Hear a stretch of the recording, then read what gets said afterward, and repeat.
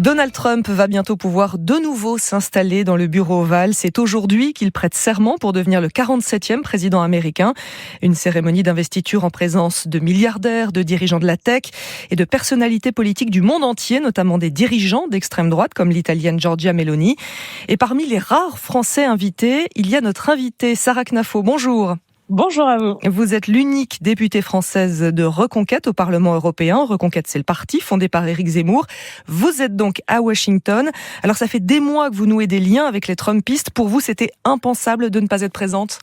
Ça fait non seulement des mois, mais ça fait aussi des années. Si vous comptez 2022, le moment où Éric Zemmour a eu un appel téléphonique avec Donald Trump, un appel vraiment très intéressant parce qu'il disait à peu près toute la suite de la stratégie que Donald Trump allait adopter et qui a été une stratégie gagnante. Il lui disait de ne pas se soucier de ce que disaient les médias, de rester droit dans ses bottes, de continuer de dire ce qu'il disait, même si le récit médiatique autour de sa campagne était de dire qu'il était brutal, qu'il était radical, etc. Il lui disait: ça peut déplaire aux médias, mais ça plaira au peuple. Et Donald Trump se l'est appliqué à lui-même et on voit où ça l'a conduit, à la Maison-Blanche. Et comment vous avez fait pour réussir, pour être invité, pour vous faire inviter à cette cérémonie d'investiture ? Qui vous a invité ? Écoutez, c'est l'administration Trump, donc il faut peut-être lui demander pourquoi est-ce qu'ils estiment Reconquête. Moi, je crois savoir que c'est parce qu'il y a une véritable convergence sur le fond. C'est-à-dire que quand vous regardez ce qui a porté Donald Trump aujourd'hui au pouvoir, moi, je dirais que c'est un grand souffle de liberté qui est en train de d'irriguer tout l'Occident. Pas seulement les États-Unis, mais aussi l'Italie. Vous avez cité Giorgia Meloni. On pourrait citer l'Argentine de Javier Milei et la Grande-Bretagne avec Nigel Farage. Et j'espère demain en France avec nous-mêmes.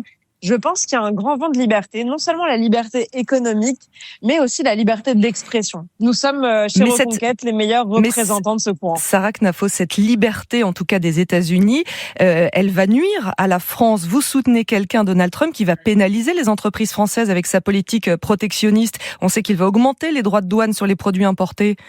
Eh bien, si vous étiez lucide, vous sauriez que le fait que les États-Unis nuisent aux intérêts européens, ça ne date pas de Donald Trump, mais ça date depuis déjà des décennies. Mais il va continuer, il va l'augmenter, il va le faire encore plus. Et d'ailleurs, on a un reportage ce matin sur l'antenne de la filière laitière française. Les industries laitières françaises sont hyper inquiètes. Ils disent que les États-Unis, c'est un marché stratégique pour elles. Elles disent cela. Comment elles peuvent faire pour se défendre face aux États-Unis? C'est très intéressant ce que vous dites, et d'ailleurs j'allais y venir.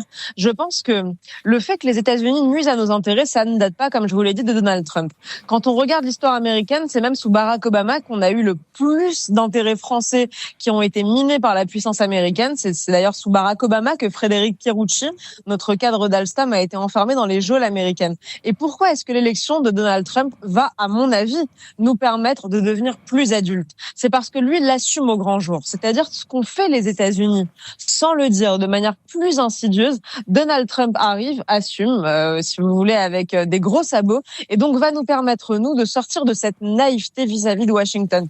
Donald Trump dit les États-Unis d'abord, et nous devons dire la France d'abord. Mais il était temps, et c'est une souverainiste qui vous le dit. Mais est-ce que la France a les moyens d'être plus adulte, comme vous le dites? C'est pas, mais bien sûr. On joue pas forcément dans la même catégorie. À entendre, par exemple, le luxe français qui est très inquiet, même sous Obama, moi je les ai jamais entendus aussi inquiets. Pareil, la filière des spiritueux aussi. Vous citez le bon exemple. Prenez les spiritueux français. On pourrait augmenter les droits de douane de 30%, de 50%, que vous auriez quand même une classe supérieure américaine qui voudrait acheter du vin français. Tout simplement parce qu'on est les meilleurs. Il faut avoir confiance en nous. Sur le luxe, vous avez cité les spiritueux, sur l'aéronautique, on est vraiment les meilleurs. On a les moyens de se défendre.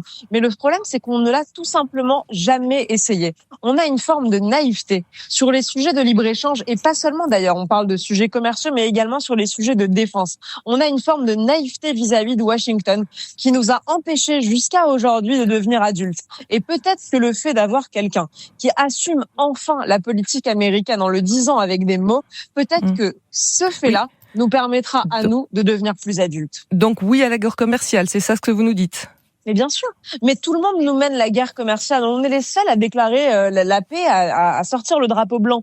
Il est temps, une fois pour toutes, de se rendre compte que, y compris, par exemple, la Chine qui est dans l'OMC, nous mène évidemment une guerre commerciale, comme tous les pays du monde. Donc ça veut dire que ça veut dire plus de France ou plus d'Europe aussi? Pour résister, justement. Ça veut dire plus de France. Je vous prends un exemple. Sur le sujet de la défense, on a Donald Trump qui nous dit ce n'est plus aux contribuables du Wisconsin de financer la sécurité des Américains. Très bien. C'est exactement ce que disait la France du général de Gaulle. Le général de Gaulle disait, ce n'est pas aux États-Unis que doit se décider la sécurité de la France, ce n'est pas à Washington que doit se décider le futur du continent, mais à Paris. Le général de Gaulle voulait que la France soit le leader militaire du continent. Mais à chaque fois, les autres nations européennes ont préféré se mettre sous le parapluie américain. Aujourd'hui, avec Donald Trump, les États-Unis nous disent « nous ne voulons plus vous protéger ». Très bien. C'est désormais à la France de dire « nous allons prendre le leadership sur le continent européen ».